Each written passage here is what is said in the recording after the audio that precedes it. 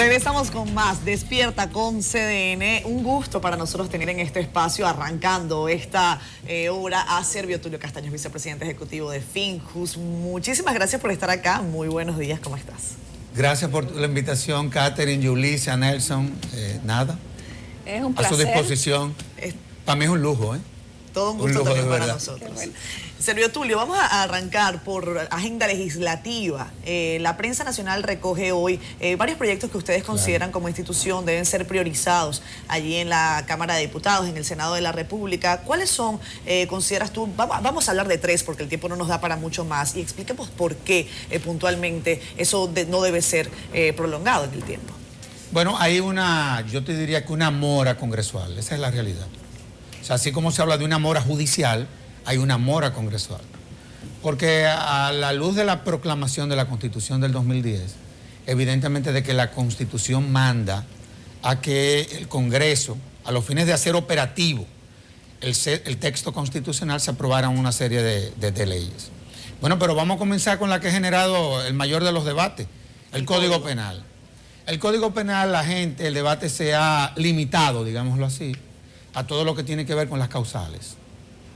Y sucede que la primera herramienta o la principal herramienta para tú diseñar una política criminal es un código penal. Esa es la realidad. Entonces hemos visto las situaciones que se le presentan al sistema de justicia con una serie de tipos penales que no contempla la actual legislación. Y eso está creando una serie de inconvenientes en todo lo que tiene que ver con el diseño de una política criminal, todo lo que tiene que ver con los casos que se le someten al sistema de justicia, etcétera, etcétera, etcétera. Bueno, pues se puso en el tapete otra vez el bendito Código Penal. Y ojalá y que nada, sobre la base de lo que el consenso, digamos así. Porque también aquí tenemos que tener en cuenta algo. El consenso no es la mayoría, el consenso no es la totalidad, ¿eh? Claro. El consenso es la mayoría. Y la aprobación de un Código Penal tiene un costo político. Porque generalmente siempre se generan debates en torno a determinados temas. Y eso es lo que el Congreso anterior no quiso pagar. Ojalá y que en esta ocasión, cual que sea la decisión que se tome, bueno, entonces el Congreso apruebe el bendito Código Penal. Tal vez por eso lo están tirando adelante en los primeros 100 días. Para sí, no, es que hay que aprobar esa legislación. Hay que aprobar esa legislación ya. Una legislación que inclusive hay quienes,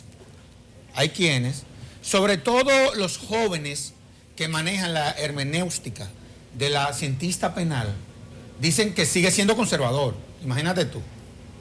Si la propuesta de modificación al Código Penal para los jóvenes penalistas, ellos las consideran que es conservadora, que inclusive no te garantiza el que tú le puedas dar respuesta, por ejemplo, de una manera diáfana al tema de la corrupción. Hay una crítica inclusive a la actual legislación que se está debatiendo en el Congreso. Imagínate tú lo que como legislación nosotros tenemos. Pero así existen otras legislaciones. Por ejemplo, la ley de extinción de dominio, que es una ley en quien ningún sector se quiere meter y que han dejado solo a la Fundación. ¿Por qué? Porque es una legislación que viene de una u otra forma a penalizar el producto de las actividades ilícitas. ¿Qué está pasando? Lo que está pasando es que nosotros estamos dando en extradición a todos estos narcotraficantes confesos. Ellos negocian allá y vienen aquí de su fortuna, a disfrutar el fruto de lo que fue sus actividades ilícitas. Sergio Tulio, aprovecha lo del código y danos la posición de Finjus sobre la excepcionalidad, una ley especial en lo relativo a la interrupción del embarazo. Yo lo veo como una salida al problema. ¿Te apoya eso? Bueno, yo apoyo lo que realmente en el Congreso, honestamente hablando, nosotros en principio apoyábamos la causal, esa es la realidad.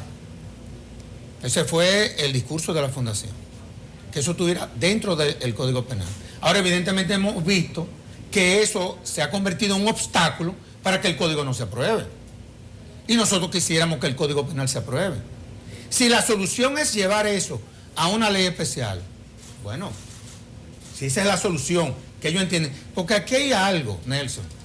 Es que aquí hay decisiones que son políticas, que son de los legisladores. Por eso es que ustedes ven que nosotros como fundación nos limitamos a asesorar al Congreso en lo que son los aspectos técnicos. Pero hay decisiones que son de la clase política. Esa es una decisión política. O sea, el hecho de que eso esté dentro del código o fuera en una legislación especial, ya esa es una decisión política. Hay quienes sostienen la tesis de que eso es un tema de salud pública, que eso no debiera estar dentro del código. Hay quienes sostienen que no, que eso debe de ser parte del Código Penal. En fin, es un debate. Ahora, la realidad es que aquí tú tienes que tener una visión holística cuando se dan los debates. Por ejemplo, aquí teníamos concentrado el debate, como yo te diría, entre las feministas y el sector conservador. Pero aquí hay otro debate que es entre la ciencia y la fe también. Tú tienes que ver esa dimensión del debate. Pero también tú, dentro de las feministas, tú tienes que tener en cuenta que también hay otro sector de mujeres que son religiosas, que tienen un discurso diferente al que tienen las feministas también. Yo sostengo la tesis que el tema del aborto, para que estemos claros, yo te diría que yo no sé para qué que los hombres tenemos que opinar sobre eso, porque eso es un tema de las mujeres. ¿Ustedes no creen que al final quienes tienen que tomar la decisión o quienes la toman son las mujeres? ¿Ustedes no creen que son las mujeres las que deben de llevar o las que deben de debatir en primacía ese tema? Bueno, en fin, son muchas las dimensiones de esto. En otras latitudes incluso se ha hablado sobre temas como el del aborto, desde el punto de vista público, el debate se ha llevado a un grado hasta electivo, se ha sometido a través de referéndum, por ejemplo, porque bien tú lo señalabas, a veces el consenso no es la posición de la totalidad, es la posición de la mayoría, y quizás, no sé si pueda entrar este debate en este punto con relación al Código Penal o no, pero elevar esa discusión a un tema, en otros países refrendario. Se ha sometido un referéndum, que es lo que tú estás planteando. Aquí eso se ha dicho como propuesta, pero esa propuesta no ha calado. Pero no ha calado en ninguno de los sectores, ni siquiera en los que están a favor ni en contra. Sino sectores aislados han propuesto como mecanismo vía, claro, ya para resolver el problema, bueno, que se utilice esa herramienta. Esa pudo haber sido una salida, pero no necesariamente esa es la única salida que hay. Yo vuelvo y reitero, eso es una decisión política que tendrá que tomar el Congreso Nacional. Esa es la realidad de todo esto. Nosotros, vuelvo y te reitero, en esta ocasión, como hemos visto que hay un problema en todo lo que tiene que ver con la política criminal, y hemos visto la situación que se le está presentando, porque la gente, Nelson, cree que la fíjense, yo venía aquí a hablar del contenido de una legislación, de criticar lo que probablemente sea el comportamiento de un funcionario. El tema está en que la FINUS es miembro del Consejo Académico de la Escuela del Ministerio Público y del Consejo Nacional de la Defensa Pública. Como uno está dentro ya de lo que es el funcionamiento de actores del sistema, uno se da cuenta cuáles son los problemas que se están presentando. Y es una necesidad la aprobación de esa legislación, con las causales dentro o con las causales fuera. ¿Tú crees, Servio Tulio, que sería interesante un código de bioética? Porque aquí estamos hablando de aborto, pero aquí no hay una ley que regule los embarazos in vitro. Claro que aquí sí. no hay una ley que regule los vientres de alquiler. Aquí no queremos aprobar el código sin las 3 causales, pero queremos que se quede la penalización dentro. Claro, entonces, claro, ¿tú claro. no crees que esto es una discusión que va más allá? Y de hecho ha habido ese debate aquí. Ha habido ese debate. Lo que pasa es que ese es un tema tan sensible y tabú. Y lo quieren manejar los hombres también. Pero vuelvo al principio. De hecho, la comisión de la Cámara de Diputados no hay una sola mujer. No había. Porque acuérdate, y tengo que ser justo, acuérdate que en la actual coyuntura, inclusive ese es un tema que se ha planteado en este nuevo Congreso. En el nuevo Congreso, En el nuevo hicieron Congreso, una nueva comisión. en y no donde hay una que mujer. sería, bueno, ustedes hablaban de que en la comisión de educación que estaba conociendo el tema del pago que hay que dar por inscripción en los colegios, habían inclusive hasta dueños de colegios. Sí, en la ya hay un conflicto. Claro. No, de lo que se trata es tú conformar comisiones en donde haya una diversidad de criterios, inclusive el componente ideológico es importante en una comisión. Eso que tú estás planteando, eso se ha debatido. Ojalá que este Congreso lo tome en cuenta. Sergio Tulio, Esa es la realidad. FINJO organizó un evento para las labores de inducción de los Así nuevos es. legisladores. Yo incluso escribí sobre eso y saludé, porque era un equipo de expertos multidisciplinarios. Increíble, Una increíble. cosa del primerísimo No, nivel. increíble. Aunque también hago chanza, porque ahí hay diputados que debieran ellos ser, con los años que tienen en el Congreso y la experiencia, que llevar esas labores de inducción. Pero donde quiero llegar es las expectativas que tú tienes con el nuevo Congreso. Está instalado, hay una recomposición de las fuerzas. Importante. Y lo que vio FINJO a partir de ese evento. No, miren, yo, honestamente hablando, nosotros estamos sumamente optimistas. Primero, ha habido una renovación. Estábamos frente a un Congreso que se había anquilosado, que se estaba limitando, estoy hablando del pasado. Y lo que estoy haciendo es una crítica constructiva, porque no me gusta hablar de lo que pasó mucho. Yo soy una persona que me gusta hablar de lo que viene. Honestamente no se lo digo. Pero evidentemente hay una renovación del Congreso Nacional. Sobre todo la cantidad de jóvenes que han entrado ahí, que eso es muy importante. Ahora, ¿qué fue lo que yo vi en ese taller de inducción? Porque luego Pacheco, el presidente de la Cámara de Diputados, hizo uno a lo interno del Congreso. Nosotros hicimos, o el contenido del taller era todo lo que tenía que ver con el componente dogmático del Congreso Nacional. Todo lo que es la labor de fiscalización, todo lo que tiene que ver con esa visión internacional de un Congreso de la República, órganos de controles, en fin. Y fue una cosa impresionante. Inclusive nosotros lo grabamos y lo vamos a poner a circular como una herramienta educativa. Nos lo han solicitado inclusive hasta universidades ya. ¿Qué fue lo que yo vi? Como siempre pasa, hay un entusiasmo. Ahí quien fue desde las 8 de la mañana hasta las 5 de la tarde. Nadie se fue. Estuvieron los dos presidentes, Eduardo Estrella y el licenciado Pacheco, y evidentemente de que uno lo que percibió es que parecería que hay un compromiso para que se aprueben las leyes que están pendientes. Esa es la realidad. Pero hubo muchas ausencias ahí, en ese evento. Sí, pero acuérdate... Tenemos que ir a una pausa, pero brevemente. Ustedes han insistido en los beneficios que reciben los legisladores. Entrevistamos aquí a Eduardo Estrella, presidente del Senado, y él habló por él.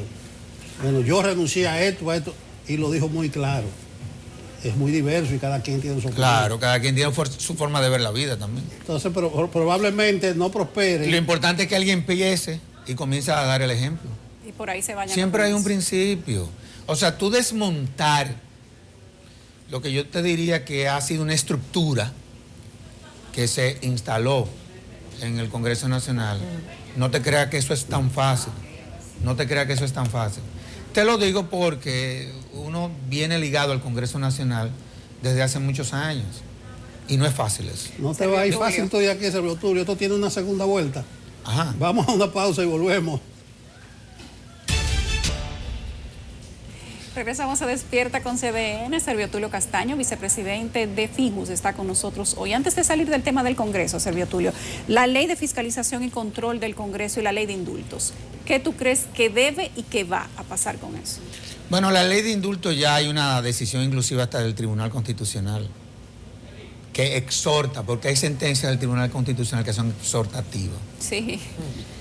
Bueno, modestia aparte, el anteproyecto... Perdón, así como el exhorto del presidente de la República de que retiren sus cuadros de todas partes. Sí, pero eso está fácil, porque eso es lo que eso ha sido una práctica en el mundo. O no. En los Estados Unidos es así también. Debería ser prohibitivo.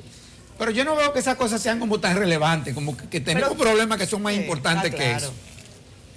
Porque ya eso es un componente cultural. del ejercicio de la política en la República Dominicana. No, me voy con la del indulto primero. Yo fui uno de los relatores del anteproyecto. Y evidentemente de que es una necesidad.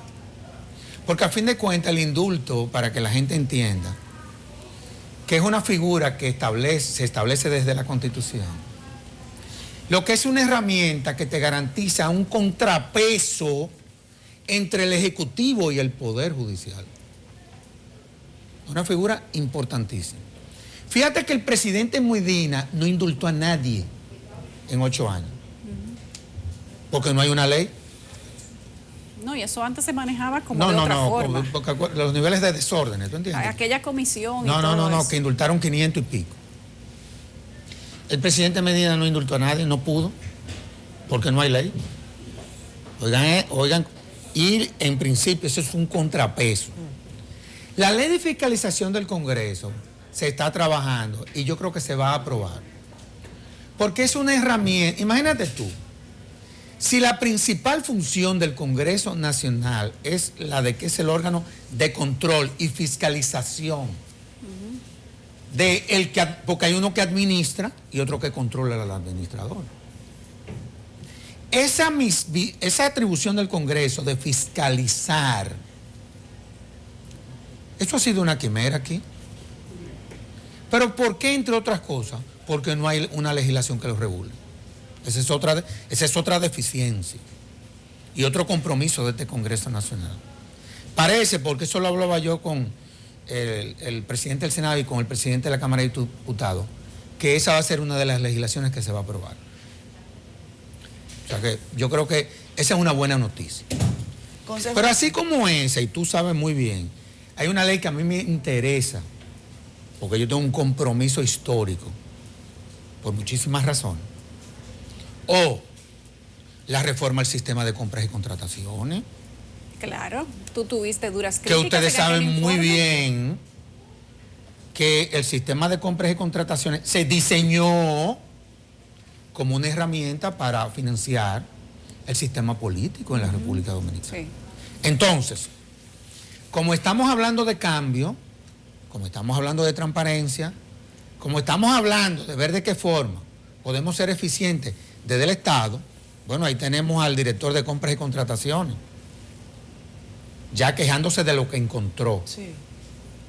Entonces, vamos a resolver el problema y vamos a reformar la bendita ley que lo que se presta es a manipular las licitaciones. Esa es la realidad. Sobre ese particular, ya incluso el gobierno del presidente Abinader va a ejecutar un proceso de licitación para comprar los equipos con los que se va a iniciar el año escolar. Hablaban de más de 24 millones de dólares que se van a licitar.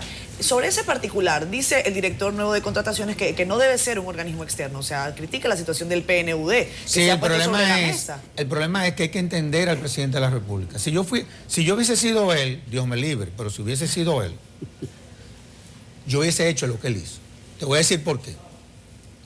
Porque la ley de compras y contrataciones no te garantiza la transparencia de una licitación.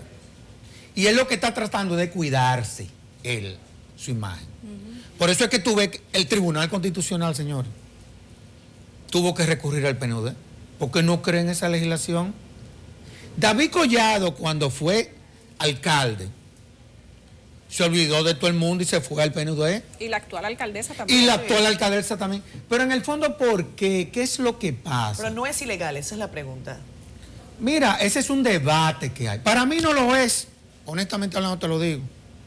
Para mí no lo es. Para mí, en lo personal. Además, yo te voy a decir una cosa. A fin de cuentas, lo que tú tienes que garantizar es el orden público y que las cosas se hagan de manera correcta. Yo no estoy diciendo aquí que el presidente está violando la ley. Yo te estoy diciendo que el presidente, habiendo hecho lo que hizo, solicitándole la asistencia al PNUD, a mi juicio, si hubiese sido él, hubiese hecho lo mismo. Servio Tulio. Porque si no, ahí hubiese habido un desorden, ¿eh? Claro. Te lo digo yo. La justicia, tantos aspectos, procuraduría independiente, una contradicción insalvable en los tribunales, que lo virtual, que lo presencial. Pero lo del Consejo Nacional de la Magistratura y su composición. Por más que Finjus gritó, no pudo sacar a Franzotto aquella vez. Y por más que insinuó que debieran ser de carrera los dos miembros de la Suprema, tanto el presidente como el que coge el pleno, se quedó eso así. Te pregunto, ¿es propicio el momento para que se piense en esa recomposición de los miembros del Consejo? Y si te anima el debate de la segunda mayoría en el Senado, ¿sí te anima? Sí, yo no tengo problema con eso. Vámonos primero con lo del Consejo. Independientemente de nosotros, porque las cosas uno no las puede personalizar. Oye, ¿cuál es el debate, Yulisa y Catherine? ¿Ustedes no creen que si hay dos miembros de la Suprema Corte de Justicia que representan a ese poder del Estado en el Consejo Nacional de la Magistratura, que uno viene de la política, el presidente, ¿ustedes no creen que el segundo miembro debiera de venir de la carrera? Claro. Totalmente. ¿Ustedes no lo creen? Totalmente. Si O sea, fuera yo un creo, consejo yo creo que es privado, una así cuestión de sería. sentido común, ¿verdad? Pero sucede que los dos históricamente, en las últimas décadas, vienen de la política. A mí me sorprende porque, a fin de cuentas, quien elige a ese segundo miembro, porque ya constitucionalmente, ya automáticamente está designado el presidente de la Suprema Corte de Justicia, es el Pleno de la Suprema Corte de Justicia. Pero sucede que el Pleno de la Suprema Corte de Justicia, el 75% de sus miembros viene de la carrera. A mí lo que me llama la atención es que miembros de la carrera de la Suprema Corte de Justicia, ellos han elegido al que viene de la política. Digo, eso no lo va a creer nadie. O sea, cuando tú analizas eso, porque aquí hay cosas que las vamos a tener que analizar desde el punto de vista del sentido común o académicamente, como para que la gente entienda. Eso yo nunca lo he entendido.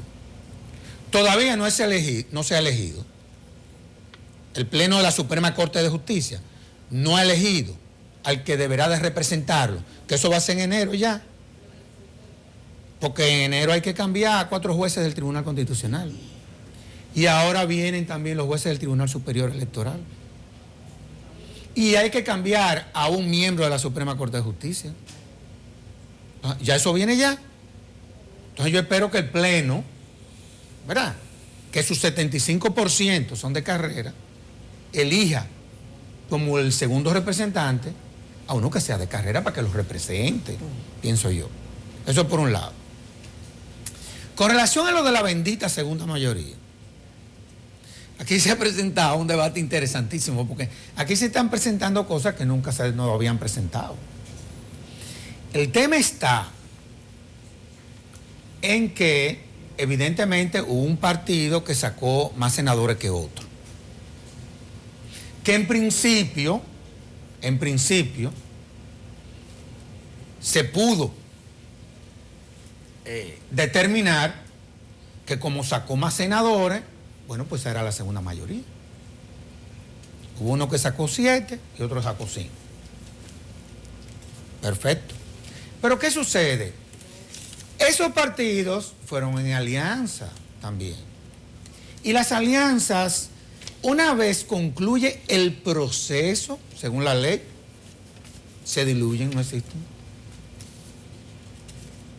¿Y qué pasó? Que gente que ganó representando un partido, renuncia a ese partido y se inscribe en otro partido. Oigan cómo es la lógica de esto. ¿Qué pasa? Ellos inteligentemente, porque yo siempre he dicho aquí que la clase política en la República Dominicana es probablemente la más inteligente del mundo. O la más tigre. No, porque no, Eso porque hay una inteligencia en todo esto. No es casualidad. Porque hay muchas veces que la gente hace cosas sin saber lo que está haciendo. Pero estos saben hacer cosas sabiendo lo que están haciendo. Son muy perspicaces. No, es increíble. ¿Qué pasa? Ellos renuncian antes de juramentarse en el nuevo Congreso e inmediatamente pasan al bloque del partido en el que ya ellos entonces pasaron. Denuncian de uno y pasan a otro partido. ¿Qué pasa cuando tú lees el acta? Porque aquí hay que ver las cosas con objetividad. Tú te encuentras que un partido que tenía 7 termina teniendo 4 en el acta, me refiero en el bloque, y el otro que había sacado 5, en su bloque hoy tiene 8. Pero ¿qué pasa?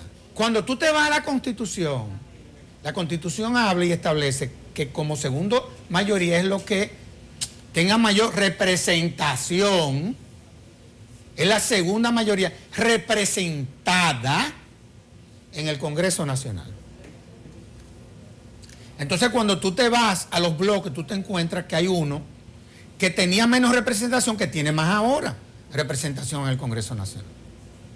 Entonces, todo esto tú lo tienes que ver como una secuencia. Otra cosa, las candidaturas no son de los partidos. Ese fue un debate que se dio en la ley de partidos políticos. Y como el Tribunal Superior Electoral determinó que no es transfugismo que tú pases de un partido a otro, esa es la realidad, hay una decisión. Artículo 77, numeral 1 de la Constitución. No sé si lo memorizan. Sí, claro. Por ejemplo, Dionis Sánchez, ese es el peor de los transfugismos, que después que te eligieron, pero bien, Dionis Sánchez, si le da un coronavirus malo, dice la Constitución que es el PLD el que va a presentar una terna. Un sustituto. Sí, pero ese es otro debate. Te estoy diciendo. Es lo que te digo. Entonces, ¿dónde se va a resolver eso? En el Tribunal Constitucional. Va a llegar allá. Eso va a llegar ahí, escríbanlo. Y el Tribunal Constitucional se tendrá que pronunciar. Si es sobre la base del transfugismo, porque hay quienes sostienen que el transfugismo no genera derechos. Bueno, ya ese es un tema que tendrá que conocer el Tribunal Superior Electoral. Ya con lo de Leonel y varias sentencias. Pero fíjense que el Tribunal Superior todo Electoral esto tiene su propia interpretación del transfugismo. No, es lo que te digo. Pero el Tribunal Superior Electoral tiene también la de él.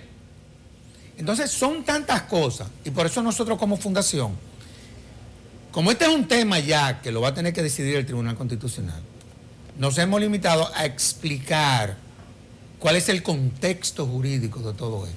Es muy complejo. Sergio Tulio, Muy complejo. el gobierno del presidente Abinader ha mostrado interés por demás en que su ejercicio, su administración, sea una administración transparente, una administración en donde la justicia sea realmente independiente. Hizo el presidente de la República esta suerte de designación especial en el momento en que juramentó a Miriam Germán Brito y a Jenny Berenice Reynoso en sus cargos. La Procuradora General de la República, Miriam Germán, ha designado recientemente a 7 fiscales. Claro. Ejercicio viene a poner sangre nueva en el Ministerio Público. ¿Cuál es la percepción que usted ha tenido tras estos nombramientos? Mira, para mí los procuradores que fueron nombrados ayer son excelentes los 7, lo conozco. Porque entraron cuando yo era procurador general adjunto. Lo conozco a todos. Esa es la realidad. Entramos todos en el 2004. Por ponértelo más fácil. Evidentemente yo me fui, yo renuncié. A mí eso no me gustó. Estaba persiguiendo gente y esa no es mi naturaleza. Yo tengo otra forma de ver la vida. Tan interesante que es. No, pero ese no es mi reino no es de ese mundo. Yo prefiero en el hipotético caso de que tú tengas un inconveniente, en vez de yo ser el acusador, yo te libre, yo ser tu abogado y defenderte. Esa es mi naturaleza. Excelente nominación. Aquí hay un tema también que hay que aclarar para que la gente entienda. Que ¿por qué el presidente destituyó a toda esa gente? El presidente no ha destituido a nadie. El presidente lo que ha hecho es que ha derogado unos decretos que lo nombraba a ellos como procuradores generales. Un tema semántico. Inclusive hay alguno de ellos, repite ahora, ha sido Claro, ratificado. ¿por qué? Pero repiten, no porque el Ejecutivo lo nombrara. No, lo eligió la sino procuradora. porque la procuradora, que está dentro de sus atribuciones, como ella nombra la mitad, ella escogió a eso, que muchos inclusive son de carreras. Sí. Tú dirás, bueno, pero si son de carrera, ¿por qué entonces hay otros que lo dejaron sin funciones? Porque a nivel de la cúpula del Ministerio Público, eso pasa en el Poder, en el Poder Judicial. Por ejemplo, la carrera termina en los procuradores de corte. O sea, los procuradores generales adjuntos, en principio, por el hecho de que sean de carrera, eso no garantiza que se perpetúen ahí. Lo que hace es que aquellos que sean de carrera bajan otra vez a corte y se establecen responsabilidades. Eso es para que haya permanentemente una rotación. O sea que yo veo eso excelentemente bien. Tú hablas del magistrado Camacho, digo, para decirte. Una lumbrera de Rodolfo Espinel. Para mí fue director de la escuela del Ministerio Público. Por uno de los ministerios públicos mejores formados. De Hilario Espiñeira. Para mencionarte alguno. De la magistrada Camacho, Ana. buen litigante. Todos son buenos. No, son gente y además que han tenido una conducta allá adentro. Esa es la realidad. Y se han formado. Muchos de ellos han terminado de formarse. Te lo digo porque uno está ligado a esa institución vía la escuela. Que dicho sea de paso, es una institución que está permanentemente capacitando a sus miembros. Esa es la realidad. Secretario, esto se acabó, pero transgrede alguna norma, alguna ley, el hecho de lo presencial y lo virtual en los tribunales. Porque hay un problema. Muchos abogados hablan. No, hay un problema muy serio. Sobre todo con todo lo que tiene que ver con derechos fundamentales. O sea, y además, y ustedes saben muy bien, por ejemplo, el tema de cuando tú estás defendiendo a un imputado, el tema de cómo tú vas a manejar los testigos virtualmente. No, honestamente hablando, eso la Suprema Corte de Justicia lo tendrá que revisar. Hay fallos ahí. Hay muchos fallos, muchos fallos. Servio Tulio, gracias. Siempre es un placer tenerte con nosotros. Y para mí siempre es un lujo estar con ustedes. Vámonos entonces a una pausa. Servio Tulio, que viene por primera vez, pero no va a ser la última. Creo que va a tener muchas visitas a Despierta con CDN.